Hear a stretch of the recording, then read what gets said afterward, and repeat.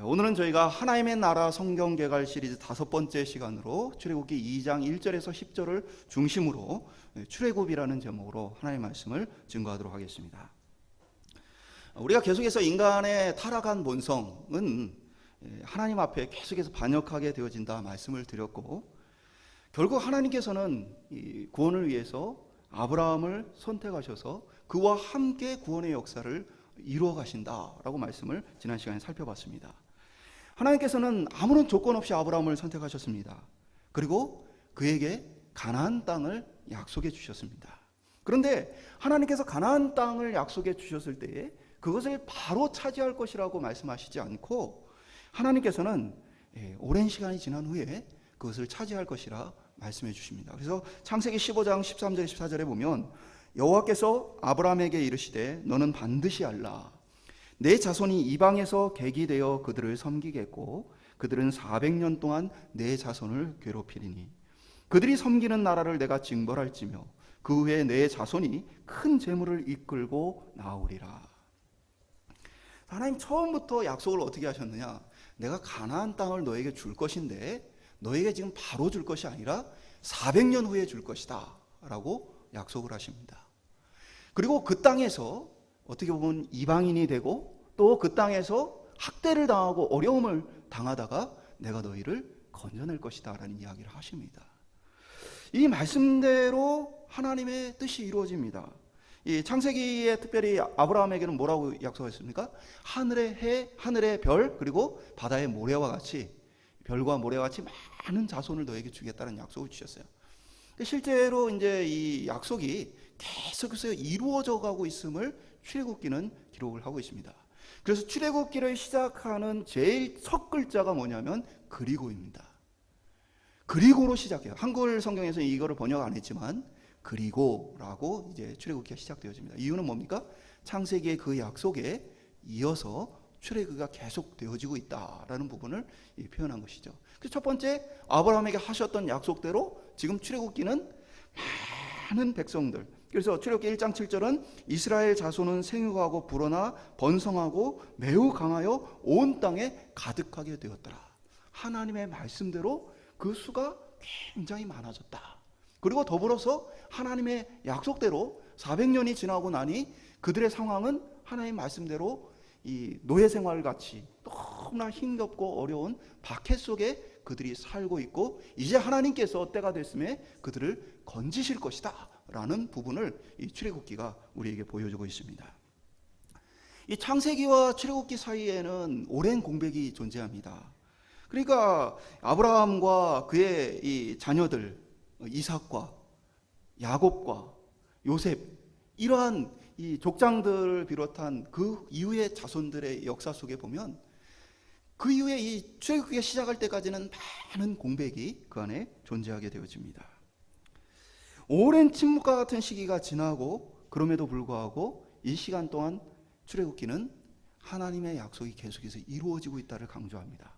약속대로 수가 늘어나고 약속대로 고통과 압제 속에 하나님의 구원의 손길을 기다리고 있다. 이 출애굽은 이제 아브라함 한 사람을 부르신 그 부르심에서 이제는 한 민족을 향한 부르심으로 바뀌어지게 되어지고, 이제는 그 억압받는 백성을 건져서 하나님의 나라를 구체적으로 세우시는 이 계획을 보게 되어집니다. 오늘 이 출애굽의 모든 과정을 통해서 우리는 하나님의 구원이 어떻게 우리 가운데 이루어지는지를 보게 되어집니다. 저와 여러분이 오늘 말씀을 통해서 구원의 의미와 과정을 통해 우리의 구원을 어떻게 하나님 안에서 이루어갈 것인가 함께 살펴보기를 소망합니다. 첫 번째 한번 따라해 보겠습니다. 고난 가운데에 기억해야 할 약속. 이 하나님의 구원 계획은 구원자를 보내서 자기 백성을 구원하시는 것에 있습니다. 구원자를 통해서 하나님의 나라를 회복시키는 것이 하나님의 계획인데, 근데 인간의 편에서 보면 이게 너무 시간이 오래 걸리는 거죠. 그러니까 하나님께서 처음부터 아담과 하와에게 예수 그리스도를 보내셔서 그들을 구원하실 것에 대한 약속을 분명히 주셨어요. 근데 아담으로부터 시작해서 예수님이 태어나실 때까지의 이 기간은 어마어마한 기간이죠. 그러니까 인간은 이 약속을 잊어버리기가 쉽지 않겠어요? 이것을 계속해서 지켜온다는 게 어렵죠. 그러니까 하나님께서 어떻게 하시느냐? 중간중간에 이 예수 그리스도에 대한 구원의 약속을 잊어버리지 않도록 예수 그리스도를 의미하고 상징하는 여러 수단들을 하나님께서 보내십니다. 사람을 보내 구원자를 예표하기도 하시고, 또는 어떤 제도와 모습을 통해 예수 그리스도께서 하실 일들을 미리 알려주시기도 합니다. 오늘 그 대표적인 예수님을 미리 구약에서 보여주는 그 예표로서의 모습이 오늘 모세를 통해 나타나게 되어집니다. 우리가 이것을 이제 신학적으로는 모형론이라고 얘기를 하는데, 쉽게 얘기하면 이제 자동차를 생산하기 전에 자동차의 모양을 어떻게 만듭니까? 샘플로 만들어 보게 되어집니다. 그래서 이 철로 만드는 게 아니라 쉽게 만들 수 있는 재료를 가지고 자동차 모양을 만들어 보고, 그것이 실제로 어떤 문제가 있는지, 또 디자인은 실제 눈으로 보는 것은 괜찮은지, 여러 가지를 평가하게 되어지죠. 마찬가지로 예수님이 이 땅에 오시는 그 예수 그리스도를 구약의 백성들이 미리 보고 알 수 있도록 모세를 통해서 예수님의 여러 모습들을 미리 알려주는 그러한 오늘 본문입니다. 물론 이제 실제 모형과 실제 것은 차이가 있죠. 마찬가지로 모세와 예수님 사이에는 어마어마한 차이가 있습니다. 저희가 이제 이러한 부분에 대해서는 신약과 구약의 차이, 그리고 그리스도를 예표하는 것들과 실제 그리스도의 이 차이에 대해서 저희가 나중에 이제 다른 본문들을 통해 구체적으로 살펴보게 될 것입니다. 다만 이 성경은 우리가 모형론이라는 표현 대신에 히브리서는 구체적으로 이것을 그림자라는 표현을 통해서 얘기를 해줍니다. 그림자와 실제가 비슷하지만, 그러나 또 그림자는 까맣게 보여지는 반면에 실제는 또 다양한 색깔과 입체적인 모습으로 보여지죠. 그래서 구약에 대해서 히브리서는 예수 그리스도를 미리 보여주는 그림자다라고 표현을 하기도 해요. 이러한 이제 부분은 신명기 18장 15절에 보면, 내 하나님 여호와께서 너희 가운데 내 형제 중에 너를 위하여 나와 같은 선지자 하나를 일으키리니 너희는 그 말을 들을지니라. 모세가 이제 뭐라고 얘기하냐면, 나와 같은 선지자를 하나님께서 보내실 것이다. 근데 이 하나님께서 보내신 선지자들은 여러 명이 있죠. 굉장히 많죠. 그러나 여기에는 단 한 명의 선지자를 보낼 것이다라는 구체적인 이제 표현이 있습니다. 그래서 나와 같은 선지자 그 한 사람을 보낼 것이다라고 모세가 얘기를 해요. 그러니 그 사람이 누구냐? 이 사도행전 3장 22절에 보면 베드로 사도가 방금 이 모세의 말을 그대로 인용하면서 바로 예수님께서 모세가 얘기했던 바로 그 단 한 사람의 그 선지자다, 우리가 순종하여 들어야 할 그 선지자다라는 부분을 백성에게 선포하는 모습을 보게 되어집니다. 그러니까 모세 자신도 뭐라고 얘기했어요? 나와 같은 선지자, 바로 예수 그리스도를 그렇게 소개하면서 자신이 그리스도를 예표하는 그러한 하나님의 계획 가운데 보내졌음을 이야기를 하게 되었습니다.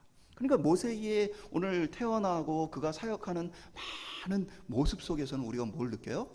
그리스도의 오심과 그리스도께서 어떤 사역을 하시는지를 우리가 보게 되어집니다. 이 중요한 부분은 뭐냐면, 이 시대가 둘 다 박해의 시대였다는 거예요. 모세의 시대에는 우리 출애굽기 1장에 보면 요셉을 알지 못하는 왕이 일어났다라고 기록합니다. 이집트의 역사, 애굽의 역사를 바라보게 되어지면 우리는 이집트라는 하나의 나라와 어떤 이제 왕조를 생각하지만, 실제로는 굉장히 많은 이제 왕조들이 거기 등장합니다. 그러니까 왕조가 등장한다는 얘기는 전혀 다른 사람들이 와서 왕이 되어지고, 이집트라는 그 이제 표현은 그대로 있지만 다른 나라가 됐다는 거예요, 계속. 그러니까 그 과정 속에서 보면은 아시아 계열의 사람들이 이집트를 다스리는 기간도 있습니다. 그러니까 요셉이 등장했던 그 시기쯤이 아시아 사람들이 와서 이집트를 통치하던 시기입니다. 그리고 이제 출애굽기가 요셉을 알지 못하는 왕이 일어났다라는 표현을 봤을 때는 그 시기가 지나고 이제는 기존의 이집트 계열의 사람들이 다시 왕권을 잡은 그런 시기를 이야기합니다. 그러고 나니까 자연스럽게 뭡니까? 이 아시아 계열의 이스라엘 백성들에 대해서 경계를 하게 되어진 거죠. 이 백성의 숫자가 많아지면 혹시 반란을 일으켜서 우리의 왕권을 위협하고 또 이 땅을 차지하는 게 아니냐, 아니면 이들의 힘이 커지면 혹시 외부에 있는 다른 아시아 세력들과 손을 잡고 우리를 공격해 오는 것은 아니냐, 또 이들이 지금 우리가 저들에게 시키는 일이 많은데 이들이 갑자기 탈출을 해버리면, 힘이 세져서 탈출을 해버리면, 그러면 우리의 지금 산업이나 사회가 굉장히 어려워지는 것은 아니냐, 이런 생각하게 되어집니다. 지금 이제 21세기에 똑같은 일이 벌어지고 있어요. 지금 터키하고 이제 쿠르드 사이에 지금 전쟁이 있죠. 그 이유가 뭐냐면 쿠르드는 전 세계에서 손안에 꼽히는 숫자가 많은 민족입니다. 근데 이들이 2차 세계대전이 끝나고 나서 어쨌든 이 패전국의 편에 섰기 때문에 이들을 찢어가지고 나라를 못 세우게 하고 이 나라 저 나라에 흩어버립니다. 근데 이제 쿠르드가 시리아가 어떻게 전쟁이 일어난 그 시기에 시리아의 독립을 위해서 열심히 싸우다 보니까 그들 나름대로의 이제 자치구에 나라를 세울 수 있는 어떤 이제 기반이 마련이 됐어요. 그러다 보니까 이제 터키를 비롯한 주변국에 있는 쿠르드족들이 빠져나가서 쿠르드의 나라를 세우기를 원하는 거죠. 그러니까 터키에서 쿠르드로 빠져나가는 숫자가 많아지니까 터키가 어떻게 합니까? 쿠르드를 공격하고 있습니다. 지금 똑같은 이유예요. 많은 노동력이 빠져나가고 나면 경제가 무너지게 되어지고, 그렇기 때문에 이들을 내보낼 수 없는 것이 이 통치자들의 선택인 것이죠. 그러니까 이제 애굽 사람들의 입장에서는 이스라엘 백성의 숫자가 어느 정도로 딱 유지가 되면 좋겠는데, 이들이 너무 번성을 하게 되어지니까 이러다가는 우리의 통제를 이제는 벗어나겠다라는 위협을 느끼기 시작하니까 어떻게 합니까? 학대를 하기 시작합니다. 첫 번째는 이게 막 힘든 일을 시켜가지고 이들이 번성하지 못하게 해요. 근데 문제는 힘든 일을 시키는데 이스라엘 백성 수는 계속해서 늘어납니다. 그러다 보니까 이제 두 번째는 어떤 방법을 씁니까? 히브리 산파들을 이렇게 명령을 해서 남자아이가 태어나면 죽여라, 그리고 여자아이가 태어나면 살려둬라 해서 남자아이들, 전쟁에 나갈 수 있는 남자아이들의 수를 급격하게 죽여서 어떻게 보면 이렇게 힘을 갖지 못하도록 비밀리에 이 일을 행하게 합니다. 근데 문제는 히브리 산파들이 하나님을 경외하는 마음으로 바로왕의 명령을 거부하고 이들이 아이들을 잘 태어나게 섬깁니다. 아이들이 워낙 건강하고 히브리 여자들이 워낙 건강해서 자기가 도착하기 전에도 애들을 낳아서 내가 죽일 기회가 없다라고 얘기를 해요. 그러니까 비밀리에 이스라엘 백성들을 어떻게 보면은 이렇게 줄이고자 하는 시도들이 다 실패하니까 결국에는 남자아이들 다 죽여라라는 공개적으로 이스라엘 박해하는 정책을 펴게 되어집니다. 그 시기에 모세가 태어나게 된 것이죠. 3개월을 숨겼다라는 표현은 어떻게 이해할 수 있습니까? 3개월 동안 걸리지 않았을까? 애가 울고 뭐 그러는데 이걸 생각해야 돼요. 아기가 태어나게 되어지면 그 면역력이 굉장히 약하기 때문에 어느 나라고 어느 문화든 신생아들이 또는 산모가 외부로 접촉하지 못하는 기간을 갖습니다. 이 기간이 약 3개월이었던 거예요.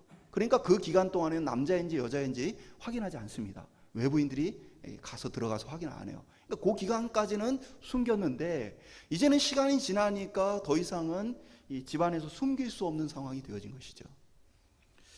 그러니까 이제 죽음을 맞이할 모세의 그 눈앞의 운명 속에서 부모가 아이를 살리고자 하는 계획을 하게 되어집니다. 이러한 배경은 예수님이 이 땅에 오셨던 사건하고 너무 비슷하죠. 예수님 오실 때 나라는 어떻게 되어 있습니까? 로마의 압제를 당하고 있었습니다. 백성이 고통 속에 부르짖고 있었어요. 그리고 그 압제의 어떤 한편에서는 로마의 명령을 받은, 임명을 받은 헤롯이 있었고, 헤롯은 유대인의 왕이 태어났다는 이야기를 듣고 자신의 왕권이 위협받는 것을 두려워하여서 예수님을 죽이고자 시도합니다. 그래서 그 아이들을 죽이는 그런 장면이 똑같이 묘사가 되어 있죠. 그러니까 신약과 구약 사이에도 약 200년의 성경이 기록되지 않는 기간이 있고, 그리고 창세기와 출애굽기 사이에도 오랜 기간 동안 성경이 기록되지 않은 공백의 기간이 있습니다. 이 침묵의 시간은, 그리고 이 고난의 시간은 하나님의 구원 역사를 이루어가는 과정 속에 있다는 사실을 우리는 기억해야 합니다. 그리고 이것은 과거만의 사건이 아니고 하나님의 나라가 이 땅에 완성되어지는 그리스도께서 다시 오시는 재림과도 같은 이 상황을 가지고 있습니다. 성경은 예수님께서 오시는 그 시기에 대해서 어떻게 설명을 하고 있습니까? 우리 그리스도인들에게는 뭐가 있어요? 박해가 있다. 예수 믿는 게 힘들어지고 많은 사람들이 그래서 예수님을 떠나서 배교하게 되어질 것이다. 끝까지 이기고 견디는 자들에게 하나님의 구원이 주어질 것을, 하나님 나라가 주어질 것을 성경은 이야기를 해주고 있습니다. 그리고 이 시기는 마찬가지로 무엇입니까? 성경이 다시 기록되어지지 않는 시기처럼 때로는 하나님이 침묵하시는 것 같은, 그래서 우리가 하나님 도대체 어디에 계십니까? 하나님이 계신데 왜 세상은 이렇습니까? 라는 이야기를 할 만한 것이 당연하다는 것을 우리가 알 수 있다는 사실입니다. 곧 우리의 구원, 하나님의 나라가 오는 것은 평안한 가운데 오는 것이 아니라 박해와 어려움 속에서 오래 참음을 가지고 기다리며 우리가 얻어야 할 것이라는 것을 성경은 말해주고 있는 것입니다.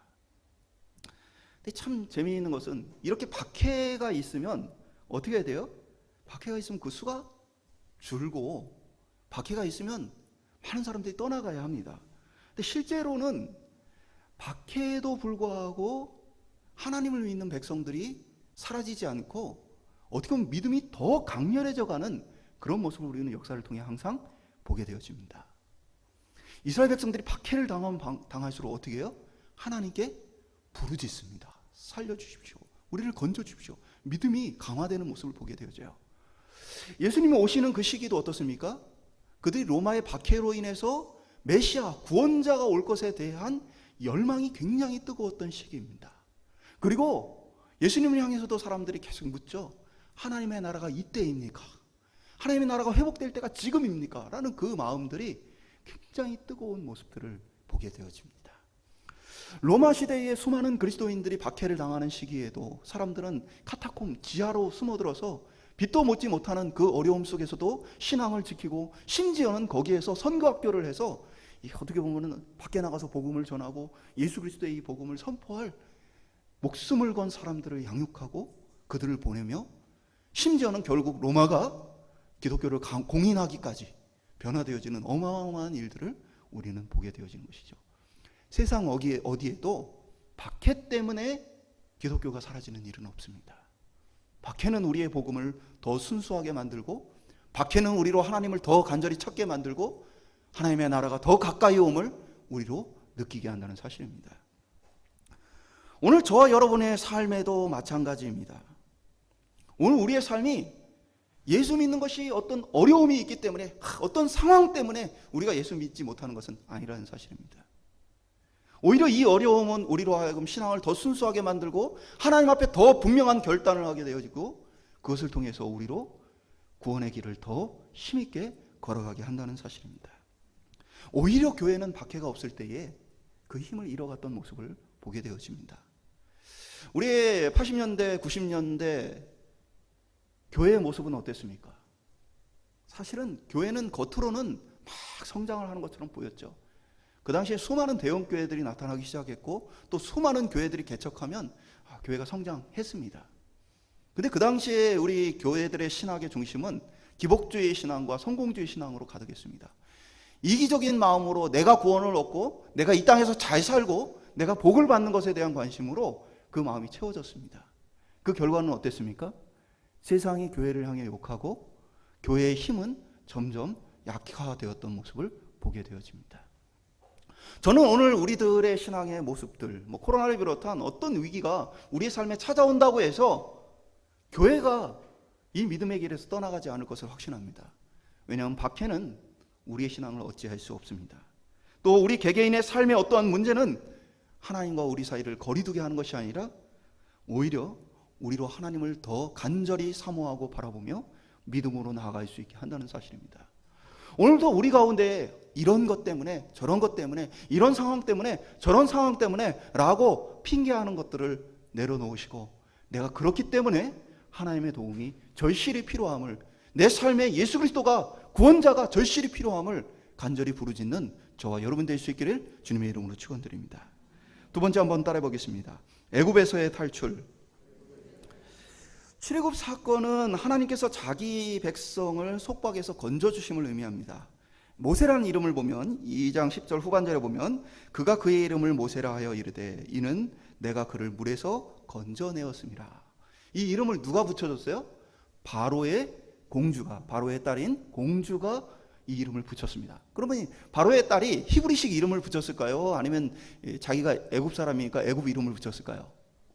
애굽 이름을 붙였죠. 당연히. 이 사람은 모세라는 말은 히브리어가 아니에요. 기본적으로 이것은 애굽 말입니다. 이집트 말이에요. 이집트 왕들의 이름을 보면 이 이름이 굉장히 많이 등장합니다. 예를 들면 람세스. 우리가 람세스라는 얘기를 들었죠. 람세스는 뭐냐면 라 더하기 모세. 그래서 라는 태양신을 가리킵니다. 모세는 아들이라는 뜻도 있고 환생하다, 다시 태어나다라는 의미도 가져요.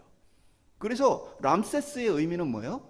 태양신이 우리에게 다시 왔다, 태양신의 아들이다 라는 의미를 가져요. 투투모세라는 이름도 있어요. 투투모세는 투투라는 신의 아들이다, 투투라는 신이 우리에게 다시 왔다라는 의미를 가집니다. 그러니까 당시 파라오들의 이름을 보면 모세라는 이름이 굉장히 많습니다. 이 모세라는 이름이 이제 하나로 쓰이기보다는 아마 그 앞에 뭔가를 붙였을 수도 있어요. 근데 이방신의 이름을 의도적으로 빼고 성경은 모세라고 기록했을 가능성이 상당히 높습니다. 근데 모세라는 그 이름을 히브리어로 신조어로 만든 것이죠. 뭐라고 받아들였어요? 이 단어의 뜻은 건져내었다. 그래서 히브리인들은 모세라는 단어를 성경을 따라서 건져냈다라는 의미로 받아들입니다. 왜요? 하나님께서 모세를 건져주셨고 우리 이스라엘 백성을 하나님께서 건져주셨다. 그래서 모세가 하나님의 손에 붙들려 하게 될 사역을 그 이름에 담게 되었던 것입니다. 모세 역시도 이집트의 왕의 명령에 의해서 죽어야만 했던 사람입니다. 그런데 건짐을 받게 되어진 것이죠. 이스라엘 백성 역시도 그의 압제와 고통 속에 짓눌려 있어야 될 사람들인데 하나님께서 그들을 건져주신 것입니다.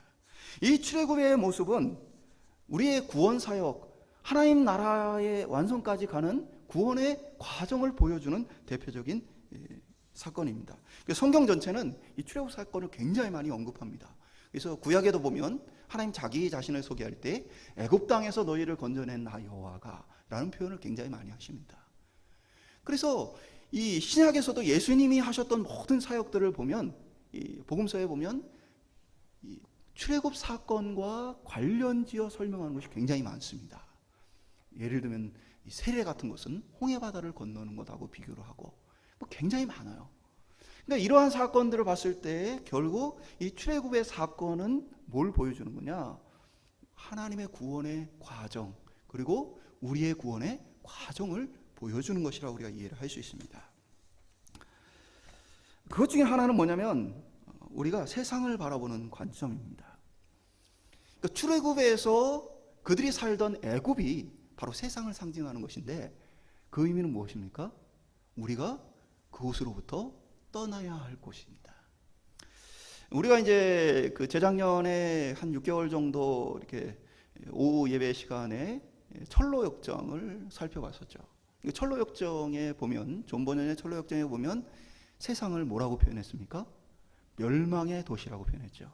이제 곧 하나님의 진노에 의해서 멸망할 곳. 그래서 그곳을 탈출해야 할 곳으로 설명했습니다.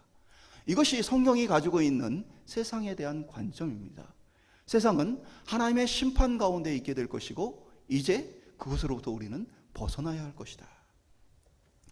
학대와 고통에서 하나님 건져 주셨듯이 우리를 이 세상 가운데 건져 주실 것을 기대하는 것이 바로 우리 신앙생활의 모습입니다.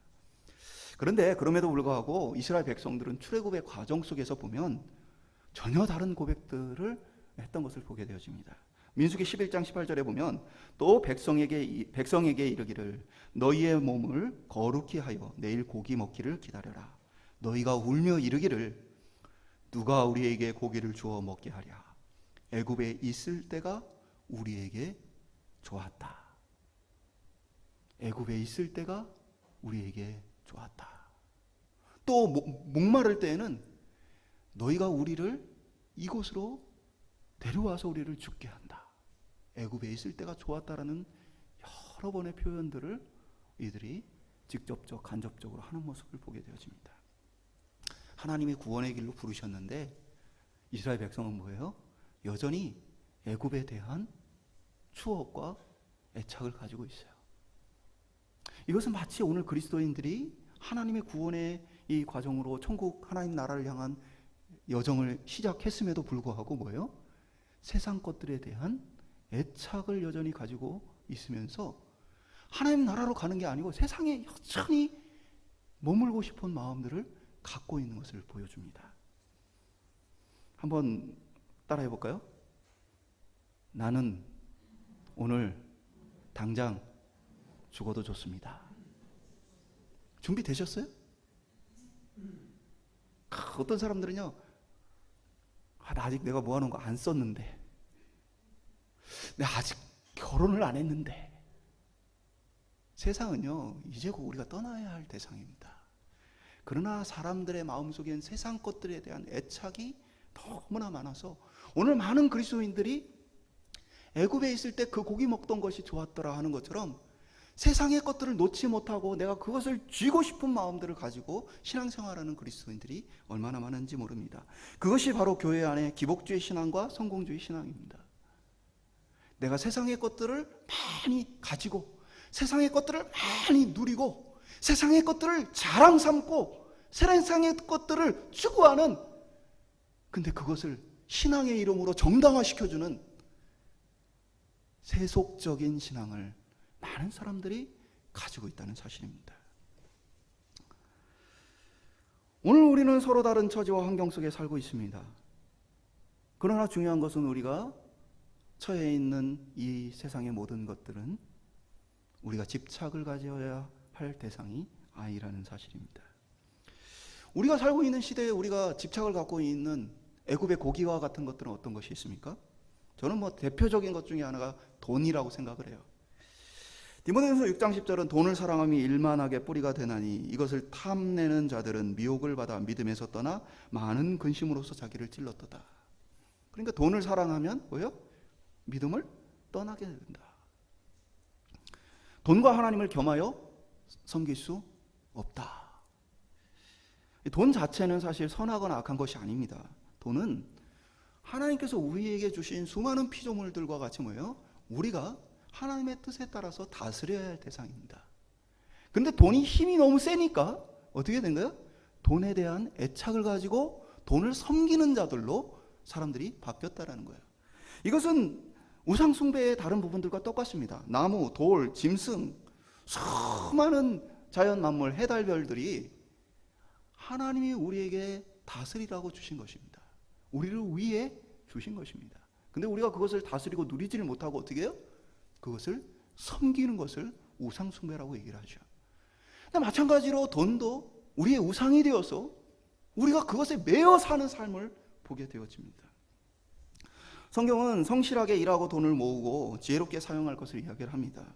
잘 관리해야 한다고도 말합니다. 대표적인 게 보증 서지 마라고 성경 분명하게 얘기해 주고 있죠. 자기 돈을 잘 관리해야 한다. 보증은 서지 마라 라고 분명히 얘기를 해주고 있어요. 그럼에도 불구하고 돈을 사랑하지 말아라. 돈은 다스려야 할 대상이지 우리가 추구하고 그것에 매여야 할 우리의 주인이 아니다라고 성경은 분명히 얘기를 하고 있습니다. 그러나 많은 사람들이 돈을 비롯한 세상의 달콤한 것들 때문에 하나님을 떠나는 이들이 많다는 사실입니다. 세상의 친구들과 어울리는 것이 좋고 세상에서 인기를 누리는 것이 좋고 내가 무언가 세상에서 이루고 싶은 욕망이 너무나 크고 세상에서 우리가 가지고 싶은 것들이 너무 많아서 사람들이 세상을 사랑하여 믿음의 길을 돌이켜 세상이 좋았더라 말하는 사람들이 많이 있습니다.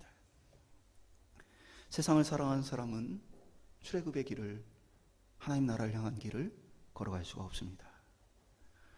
오늘 저와 여러분이 세상에 대한 애착, 지나친 집착을 내려놓고 이 구원의 여정을 걸어갈 수 있기를 주님의 이름으로 축원드립니다.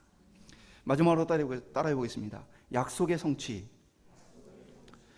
이 출애굽의 과정을 보면 백성의 계속된 불신앙의 모습 속에 하나님께서 이 불신앙의 백성을 계속해서 설득하시고 또 믿음을 주시면서 이끌어 가시는 모습을 보게 되어집니다.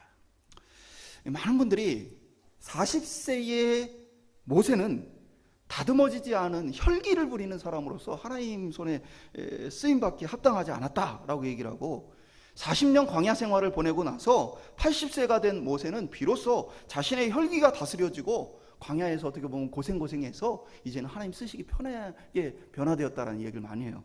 저는 전혀 동의하지 않습니다. 말도 안 되는 이 성경 해석이죠. 성경에 단 한 구절도 그렇게 얘기하는 게 없어요. 인간의 생각입니다. 히브리서 11장 24절은 이렇게 기록합니다. 믿음으로 모세는 장성하여 바로의 공주의 아들이라 칭함받기를 거절하고. 그러니까 모세가 바로의 공주의 아들로 살았어요. 왕족으로 살았어요. 그러다가 어떻게 합니까? 자기 백성 이스라엘 백성에 대한 마음을 가지고 그들을 찾아가고 그 중에서 이스라엘 백성을 괴롭히는 사람을 쳐서 죽이게 되어집니다. 그래서 결국에는 어떻게 됩니까? 살인자가 되어서 쫓겨나는 신세, 도망해야 하는 신세로 바뀌게 되어지죠. 이 사건을 향해서 성경이 뭐라고 기록해요? 모세가 혈기를 부려서 저 모양이 됐다라고 기록합니까? 아니죠. 히브리서는 분명하게 선언합니다. 모세는 세상 가운데에 왕족으로서 평안함과 세상의 것들을 누릴 수 있는 삶과 자기 백성과 함께 고난받는 삶 중에서 뭘 선택했다는 거예요? 믿음으로 자기 백성과 함께 고난받는 삶을 선택했다. 모세의 이 삶의 선택에 대해 성경은 믿음 없이 혈기 부렸다라고 책망하는 것이 아니라 오히려 믿음을 가지고 하나님의 백성과 함께 고통받기를 선택하였다. 이렇게 바라보고 있다는 사실이에요. 물론 모세가 했던 행동이나 이런 것들이 다 잘된 것은 아닙니다. 그러나 분명한 것은 성경은 모세의 삶을 믿음으로 보고 있다는 사실이에요. 반면에 그럼 80세가 되어서 모세가 하나님이 쓰시기에 좋게 변화되었습니까? 성경은 전혀 그거하고 반대되는 이야기를 하고 있어요. 어떻게 얘기하고 있습니까? 하나님께서 모세를 부르십니다. 근데 모세가 계속해서 뭐예요? 거부해요. 보낼 만한 자를 보내십시오. 나는 아닙니다. 나는 이래서 안 되고 저래서 안 됩니다. 계속해서 모세는 하나님을 거절하고 거부하는 모습을, 불신앙의 모습을 계속 보여줍니다. 그러면서 모세가 핑계를 계속 대다가 나는 말을 잘 못합니다. 근데 내가 어떻게 바로 왕 앞에 가서 이야기를 합니까? 말도 못하는 내가. 그럼 하나님이 네 입을 누가 지었느냐? 그런데도 모세가 막 말을 안 들어요. 그러니까 하나님이 출애굽기 4장 14절에 보면 이렇게 기록되어 있습니다. 여호와께서 모세를 향하여 노하여 이르시되 레위 사람 내 형 아론이 있지 아니하냐? 그가 말 잘하는 것을 내가 아노라. 그러니까 내가 네 입을 지었다 뭐 하면서 아무리 설득을 해도 말을 안 들으니까 하나님이 어떻게 하셨어요? 노하셨다. 화가 나셨어요. 모세의 이 모습이 하나님 쓰시기 편한 모습입니까? 순종을 잘하고 하나님 뜻에 뭐 혈기를 안 부릴 그런 모습이요? 전혀 아니죠. 자기 고집을 가지고 하나님 말씀에 불복종하는 모세의 고집의 모습을 오히려 보게 되어집니다. 모세가 준비돼서 하나님 쓰신 게 아니고 뭡니까? 하나님이 계획과 작정을 따라 부족한 모세를 끝까지 불러 사용하시는 하나님의 신실하심이 나타나는 거예요.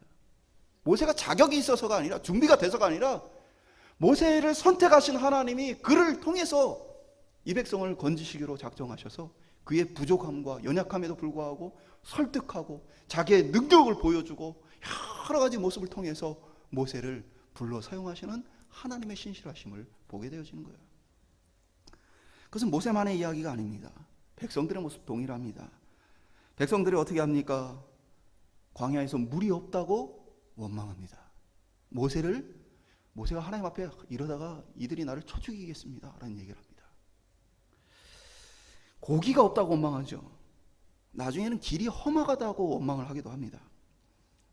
심지어는 금송아지를 만들어서 이게 하나님이다라고 하기도 합니다.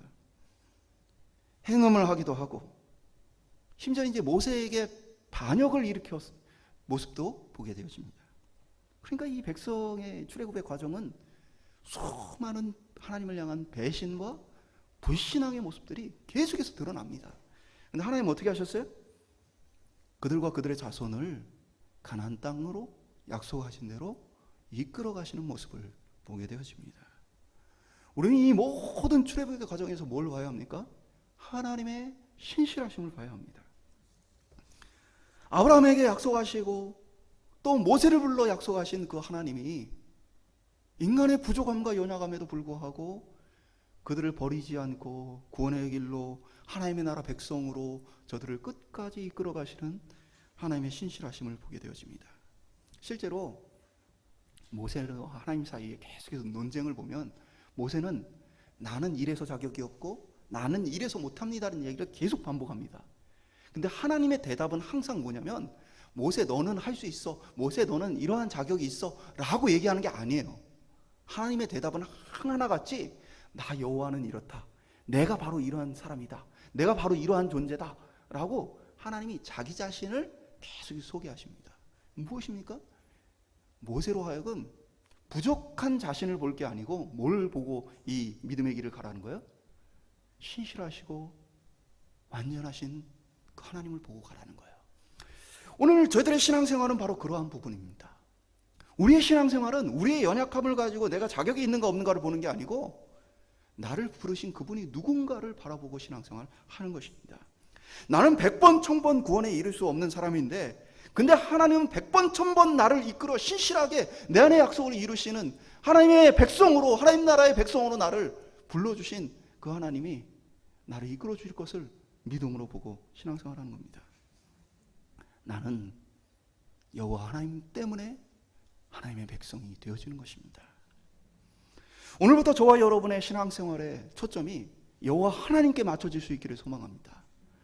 주변 사람, 또 신앙이 대단한 어떤 사람, 또는 나 자신이 아니고 우리의 눈과 마음이 성경에 기록된 여호와 하나님을 바라볼 때 우리가 이 길을 잃지 않고 하나님의 나라까지 도달할 줄 믿습니다. 말씀을 맺도록 하겠습니다.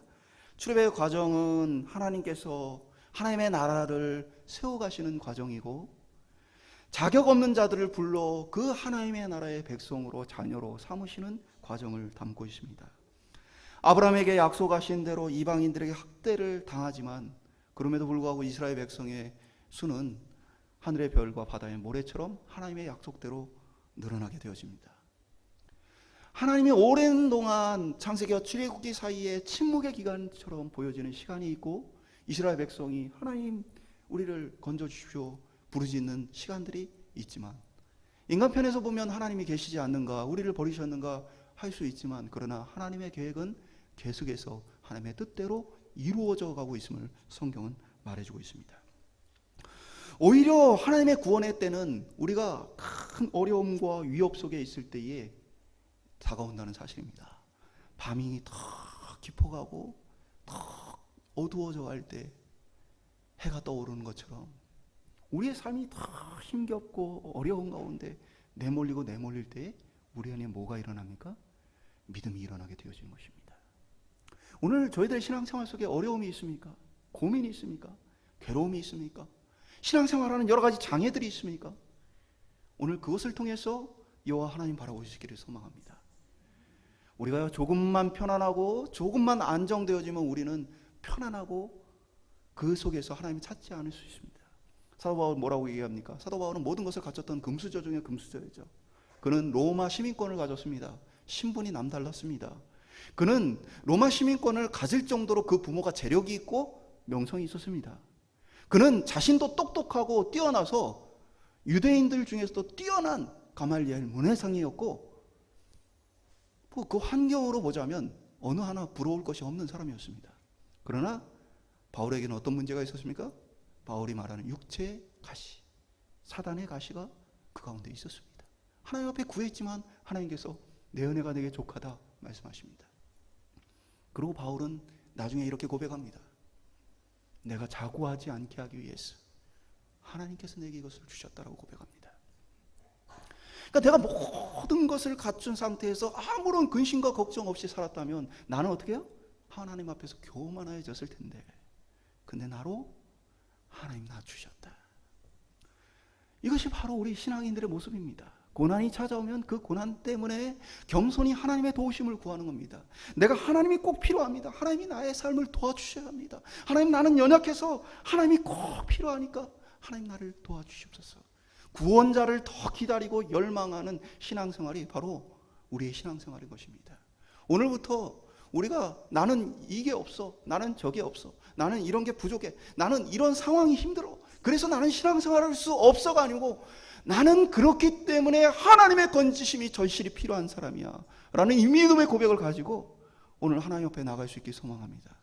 우리를 위협하는 것은 상황이나 환경의 어려움이 아니고 우리 내면에서 세상을 사랑하는, 세상을 향한 애착, 그것이 오히려 우리에게 큰 위협이란 사실입니다. 오늘 저와 여러분이 애굽의 고기를 과감하게 뒤로하고 하나님이 오늘 우리에게 약속하여 주신 소망을 향해서 하나님의 나라를 향해 계속해서 믿음의 길을 걸어가는 저와 여러분 되시기를 주님의 이름으로 축원드립니다.